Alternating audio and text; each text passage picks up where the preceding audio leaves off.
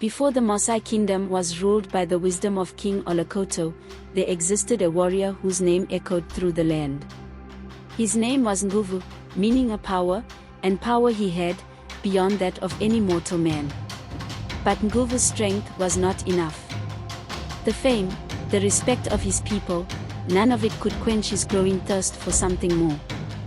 His desire was not just to be a leader of men, but to rule the forces of the world, the wind, the beasts, and the spirits themselves.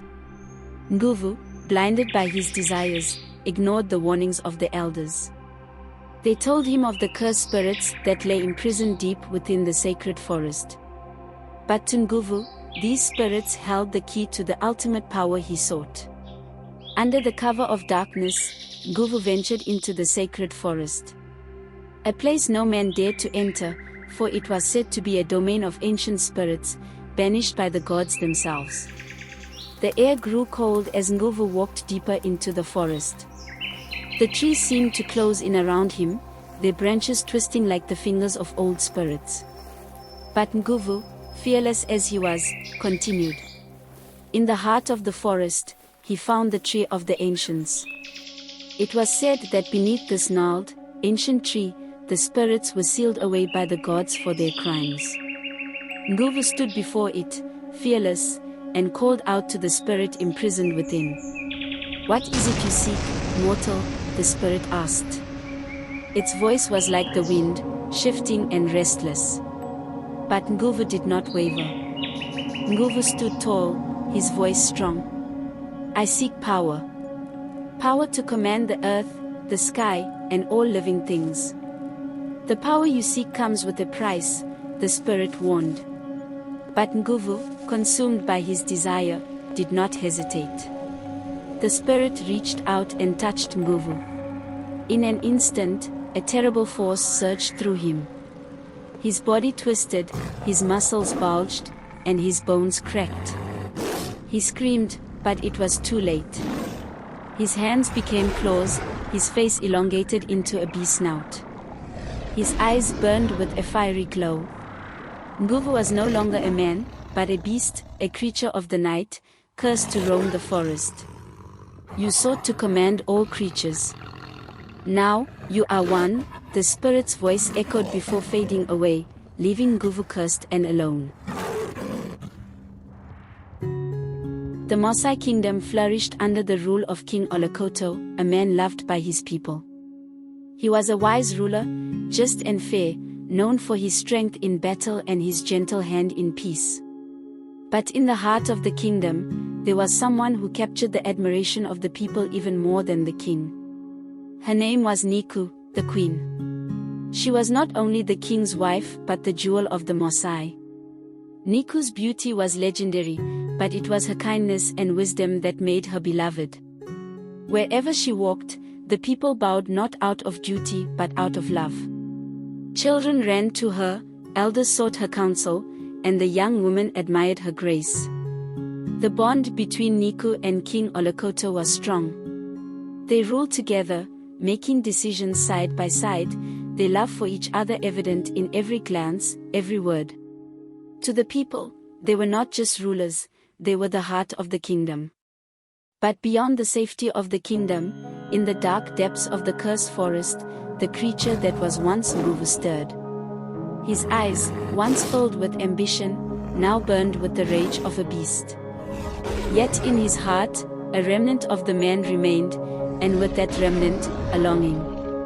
The creature, cursed to roam as a beast, was haunted by dreams, visions of the life he once knew. He remembered the joy of the kingdom, the beauty of the plains, and above all, the queen. Day by day, his longing for Naeku grew. In her, he saw not only beauty but a sense of peace, something he could never have. His beastly heart, once driven by power, now burned with desire for the king's wife.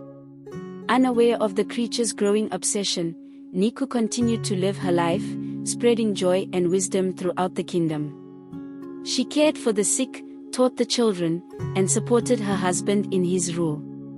But as the seasons changed and the winds grew colder, Naeku began to feel a strange presence. At night, She would hear soft growls in the distance, like a predator lurking just beyond the village's edge. The beast, once bound to the deep forest, had now drawn closer to the village.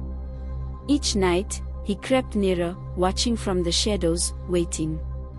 His heart, consumed by a twisted love, yearned to be near her, even if only from afar.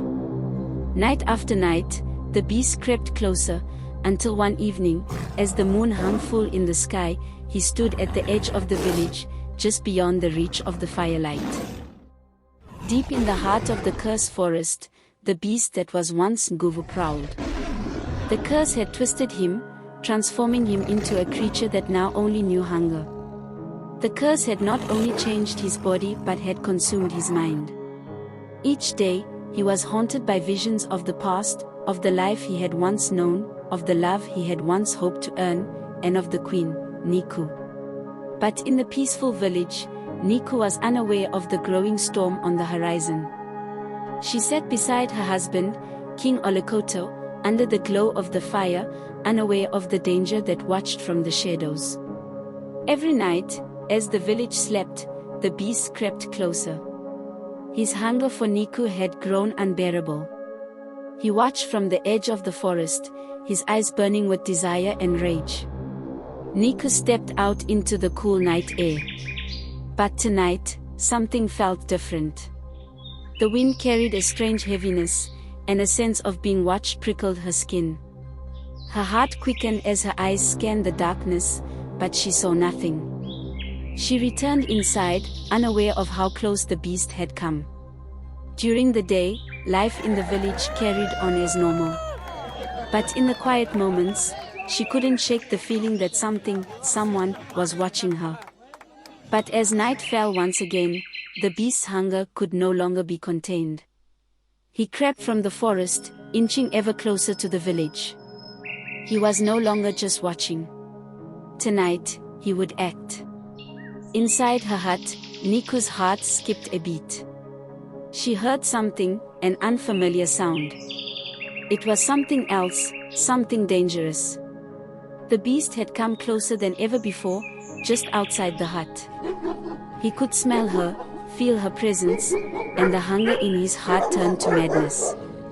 But the village's faithful dogs sensed the danger. Their barks pierced the silence, waking the warriors from their sleep. The beast, startled by the noise, hesitated for the first time.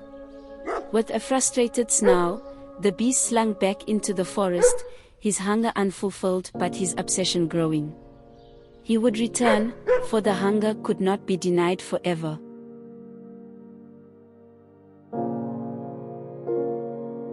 The rising sun bathed the Maasai village in golden light, but its warmth did little to soothe the unease that had settled over the people. There had been whispers of strange happenings in the night, of shadows that did not belong to man or beast. And though the sun rose, the shadow of the curse lingered. King Olokoto stood at the edge of the village, his gaze fixed on the dense, dark line of trees that marked the cursed forest. He had led his people through wars, famines, and droughts, but never before had he felt such an ominous presence. Something ancient and malevolent had come to his land. Naeku, the queen, felt the weight of the village's unease as she moved among her people.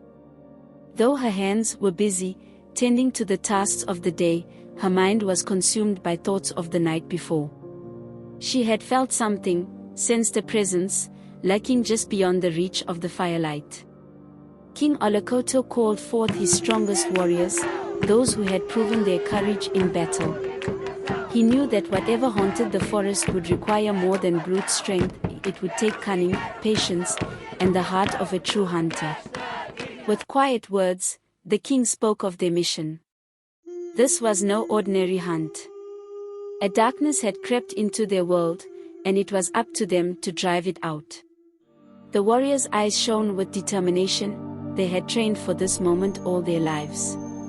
The warriors moved as one, stepping silently into the shadowy depths of the cursed forest.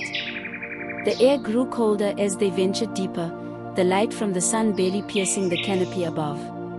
Every step felt like a descent into an ancient, forgotten world. The deeper they went, the more the forest seemed to close in on them. Unfamiliar animal cries echoed through the trees, and the ground beneath their feet seemed to shift with every step. They knew they were being watched, by the forest itself, or something far more dangerous. From the shadows, the beast watched. His glowing eyes tracked their every move, his breath coming in slow, deliberate huffs. His hunger had grown, no longer just for the queen, but for the challenge of these warriors who dared to enter his domain. Suddenly, the warriors stopped. A chill had swept over them, and the forest grew unnaturally quiet. Even the birds had stopped singing. They sensed it, the beast was near. A rustle in the bushes made one warrior freeze, his hand gripping his spear tightly. He turned toward the sound, his heart pounding in his chest.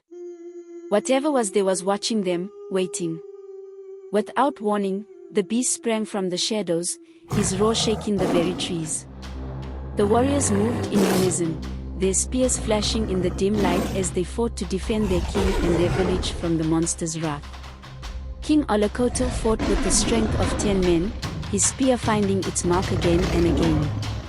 The beast howled in pain, but still, it fought, refusing to yield. This was no ordinary creature, it was a force of darkness, driven by hatred and hunger. As the beast retreated into the forest, wounded but not defeated, the warriors stood together, breathless and victorious. But they knew this was only the beginning, the beast would return, and next time, it would not be alone. The warriors returned to their village, their hearts heavy with the knowledge that the fight was far from over. Naeku watched them from the edge of the village, her heart full of worry for what was still to come. She could still feel the presence, lurking just beyond the trees.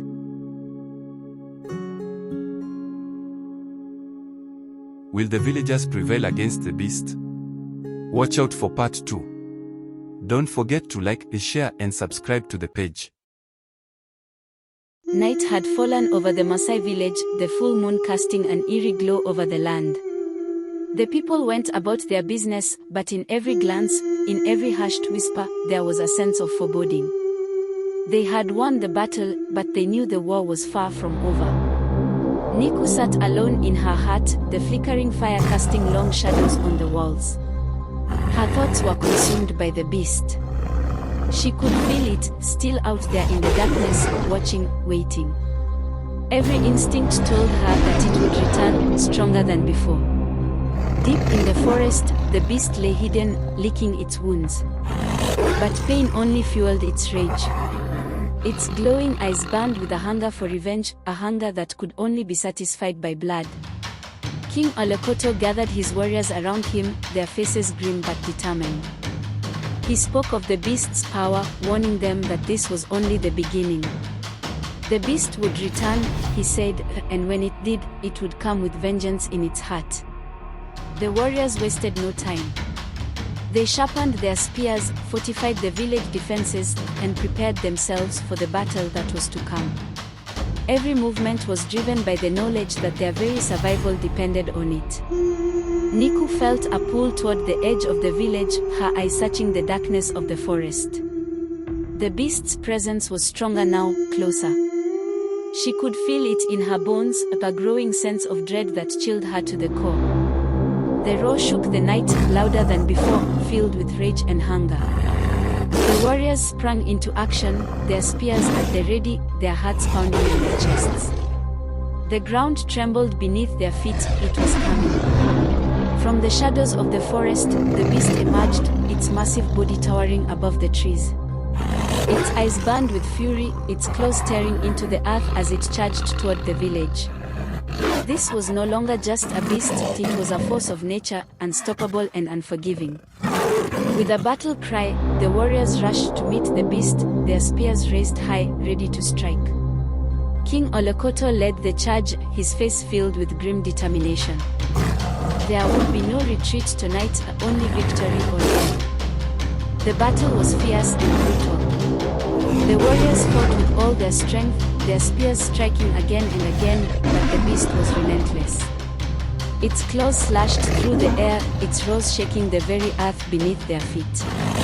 King Olokoto struck a deep blow, his spear sinking into the beast's flesh. It howled in pain, but still, it did not fall. The king's face was set in grim determination. He would not stop until the beast was defeated. The battle raged on, neither side giving an inch.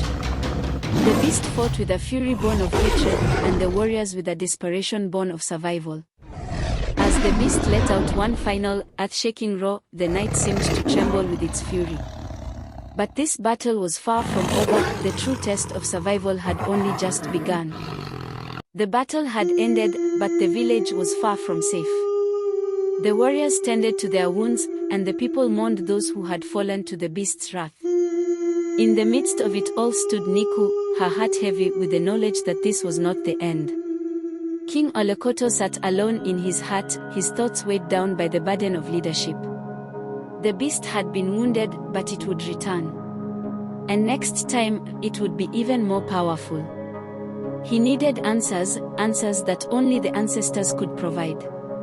With a heavy heart, King Olokoto summoned the village elders. These were the keepers of the old ways, the ones who could commune with the ancestors. If anyone knew how to defeat the beast, it was them. The elders spoke of an ancient time, long before the king was born, when the ancestors had faced a similar beast. They had used the power of the sacred stones to trap the creature deep within the earth, but now it had returned, freed by forces beyond their control. The elders told the king that the sacred stones lay deep within the sacred mountain, guarded by the spirits of the ancestors. Only one who was pure of heart could retrieve them, and without the stones, the beast could never be truly defeated. Outside the hut, Naeku listened in silence, her heart pounding in her chest. She knew, deep down, that she was the one who had to retrieve the sacred stones. But fear gripped her. She had never faced such a journey before. That night, Naeku confided in the king, her voice filled with both fear and determination. She told him that she must be the one to retrieve the stones, that the ancestors had chosen her. King Olokoto's heart ached. He could not bear the thought of losing her, but he knew she was right. At dawn, Naeku prepared for her journey. The villagers gathered to see her off, their faces filled with a mixture of fear and hope. King Olokoto stood by her side, his hand resting gently on her shoulder, though his heart was heavy with worry. Naeku set out across the vast savanna, the sacred mountain rising in the distance like a silent guardian. The journey would be long and dangerous, but she pressed on, knowing that the fate of her people rested on her shoulders. As she approached the base of the sacred mountain, the landscape changed. The open plains gave way to dense, shadowy forests, where the air was thick with the sounds of unseen creatures. The ancestor spirits were said to guard these woods, but Naeku felt their presence more like a warning than a blessing. With every step, the forest seemed to grow darker, more alive with strange whispers that echoed through the trees. Fear tugged at Naeku's heart, but she pressed on, driven by a determination that outweighed her terror. At last, Naeku reached a clearing at the foot of the mountain. There, hidden beneath centuries of moss and vines, stood an ancient stone altar, the gateway to the ancestors' realm and the path to the sacred stones. Naeku stood at the foot of the sacred mountain, the ancient stone altar before her. The air was still, yet it hummed with the presence of the ancestors. This was the beginning of her true test, one that would determine the fate of her people. With a steady hand, Naeku touched the altar. The ground beneath her trembled, and the ancient stones began to glow with the faint light of the ancestors' power. She had begun the path, there was no turning back now. A path appeared before her, winding its way up the mountain, hidden until now by the will of the ancestors. With each step, Naeku felt the weight of her task growing heavier, but she did not falter. The air grew colder as Naeku climbed higher. Strange whispers echoed in the wind, carrying the voices of long-forgotten spirits. She looked around, but saw nothing, only the ancient trees, their gnarled branches casting long shadows across the path. Then, from the shadows, a voice called her name. It was the voice of the ancestors, speaking not from the world of the living, but from beyond. Naeku paused, her heart pounding in her chest, but she knew she had to continue. The voice led her to the mouth of a cave hidden behind thick vines. As Naeku approached, the vines parted, as if moved by an unseen force, revealing the dark entrance to the ancestors' domain. Inside the cave, the air was thick and cold. The walls were lined with ancient carvings, depicting the ancestors' battle with the beast. These were the forgotten stories, the ones only the spirits remembered. One carving caught her eye, a warrior holding a glowing stone, using its power to trap the beast beneath the earth. This was the key. This was the weapon she had come for. At last, she reached the heart of the cave. There, on an ancient pedestal, lay the sacred stones, glowing with the power of the ancestors. But they were not unguarded. Suddenly, the air grew thick with power, and the spirits of the ancestors appeared before her. They were not angry, but their eyes were stern, as if weighing her soul. She had come to take the stones, but first, she would have to prove herself worthy. The spirits spoke, their voices echoing through the cave. Only one who was willing to sacrifice everything for her people could claim the stones. And to prove this, Naeku would have to face her greatest fear. Naeku trembled as she stepped forward. She knew what her greatest fear was, losing everything she held dear. And in an instant, the cave disappeared, and she was standing in her village, watching it burn. Her people screamed for help, but she was powerless to save them.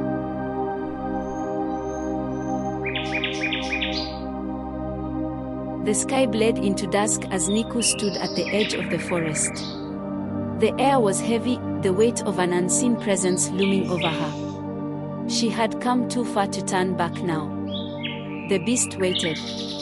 She stepped forward, remembering the words of the ancestors. This was not a battle to be won with fear, but with strength. Naeku felt the earth beneath her feet, grounding her in the present, ready for what was to come. The air grew colder, and the cracking of branches echoed in the distance. Naeku's heart raced, but her face remained calm, betraying none of the fear coursing through her veins. The beast was close. And then, from the shadows, the beast appeared. Its eyes glowed like embers, and its fur was as dark as the night sky. It towered over Naeku, its presence suffocating, but she did not flinch. Naeku's hand tightened around the staff in her grasp. This was the moment she had been preparing for. The beast lowered its head, its muscles coiled, ready to strike. Naeku braced herself. In a heartbeat, the beast lunged. Its massive form barreled toward her like a force of nature. Naeku spun, narrowly avoiding the beast's charge, and it crashed into the trees behind her with earth-shaking force. The beast roared in frustration, turning to face her once more. But Naeku stood her ground. She raised the staff high above her head, and from its core a bright light burst forth, flooding the clearing with radiant energy. The beast hesitated. Its glowing eyes fixated on the staff, and for the first time, Naeku saw fear flicker in its gaze. She stepped forward, the light intensifying with every step. Her voice steady, Naeku spoke to the beast. "Your reign of terror ends here," she said. The beast let out one final roar, filled with anger and desperation, but it could not move. The light of the staff bound it to the earth. The light from the staff intensified, and the beast's massive form began to dissolve, piece by piece, into the earth. Naeku watched as the last remnants of its power faded, leaving only the glowing staff in her hand. Naeku lowered the staff, her heart still pounding in her chest. She had done it, she had defeated the beast. But as the light faded, the forest seemed eerily quiet, as if the earth itself was waiting for something more. Suddenly, the air was filled with the voices of the ancestors. They spoke of her bravery and her strength, but they warned her this was only part of the test. The true challenge still awaited. Naeku gripped the staff tightly once more. Her journey was far from over, but her resolve was stronger than ever. She would face whatever lay ahead just as she had faced the beast.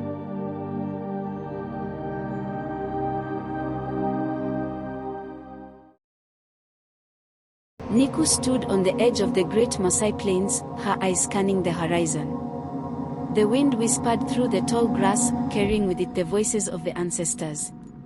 Their warning echoed in her heart, a quiet dread stirring within her. Her eyes scanned the endless horizon, but Naeku knew the true battle lay within. The path forward was uncertain, the weight of destiny pressing down on her. She clutched the staff tightly, feeling its ancient power course through her. A sudden gust of wind chilled her skin, and Naeku turned sharply. The sky darkened as thick clouds gathered above. She felt the shift in the air, a warning. Something was coming. The winds howled louder, and from the distant horizon, a shadowy figure appeared. Barely visible against the fading light, it moved toward her with deliberate steps. Naeku squinted, her heart pounding, trying to make sense of what she saw. As the figure came closer, Naeku's breath caught in her throat. It was a woman, dressed in the garments of a warrior. But more than that, this was her sister. Her sister, whom she had long believed dead. Naeku stumbled back, her mind spinning in disbelief. This was her sister, yet the woman before her was a stranger. Her face was hard, her eyes cold and unrecognizing. This was not the reunion Naeku had dreamed of. Her sister's voice was as sharp as the winds. "You left me," she said, her words cutting deep. "You chose the king's life over ours." The accusation struck Naeku's heart like a spear. Tears filled Naeku's eyes, her voice trembling as she spoke. "I never meant to leave you. I searched for you for years," she pleaded, but her sister's face remained like stone, unmoved by her words. "It doesn't matter now," her sister said with a bitter smile. "I have found my own path. You cannot save me." With those words, she turned her back on Naeku, walking away into the gathering storm. Naeku reached out, her hand trembling, but she did not move. Her sister was lost to her now, a wound that would never heal.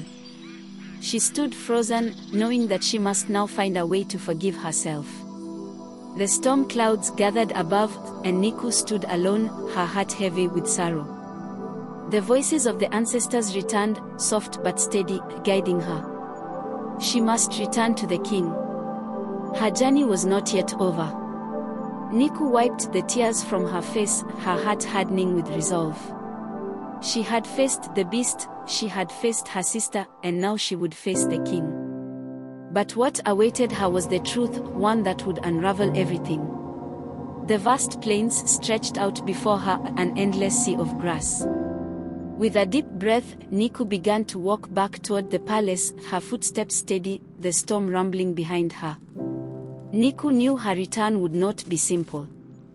Dark forces awaited her, far more sinister than anything she had faced before. But she was ready. The ancestors were with her, and her path was clear. Naeku stood at the gates of the palace, her heart pounding with the weight of what lay ahead. The skies rumbled above, and the wind howled as if the very air itself warned her of the final test. With a heavy heart, Naeku pushed open the grand gates. She stepped into the palace, where a torchlight cast long, dark shadows along the walls, filling the vast halls with mystery. She knew the king awaited her in the throne room. In the throne room, the king sat in silent contemplation. His face was marked by time, his eyes shadowed with secrets. Naeku entered, and their eyes met, a moment heavy with all that was unspoken. Naeku stepped forward, her voice steady and resolute. "I have faced the beast, and I have returned, my king. But there is something you must tell me," she demanded, her heart pounding with anticipation. The king's face darkened as he lowered his gaze, speaking softly of the curse that had haunted him for years. The beast, once his closest friend, now a shadow upon his life, threatened to destroy everything he held dear. Naeku listened, her heart aching with the weight of her love for the king and her journey with the beast. She understood now, this was a destiny written by the ancestors, the fate now reaching its final chapter. The king reached out, taking Naeku's hand in his. He looked into her eyes, and for a moment the years fell away. "Only you can end this curse, Naeku. Only you," he whispered, his voice a blend of hope and despair. Naeku nodded, her resolve unshaken. She accepted her role in the prophecy, the weight of the curse resting on her shoulders. She knew that to end it would require a great sacrifice, but she was ready. The air thickened with a supernatural energy as the voices of the ancestors rose around her, guiding her toward the sacred grove where the curse had first taken root. With steady steps, Naeku walked forward, her heart filled with purpose. Naeku reached the grove, a place where the ancient powers dwelled. She knelt, calling upon the spirits for guidance and the strength to carry out the final act that would end the curse. As Naeku rose, a radiant light filled the grove, and the beast spirit appeared.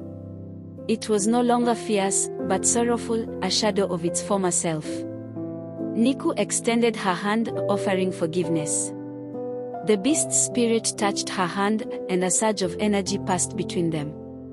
In that moment, the curse broke, and the beast spirit was finally freed, disappearing into the night like a fading star. Naeku returned to the palace, where the king waited, a rare smile on his face. The curse had been lifted, and in that quiet moment, they found peace at last.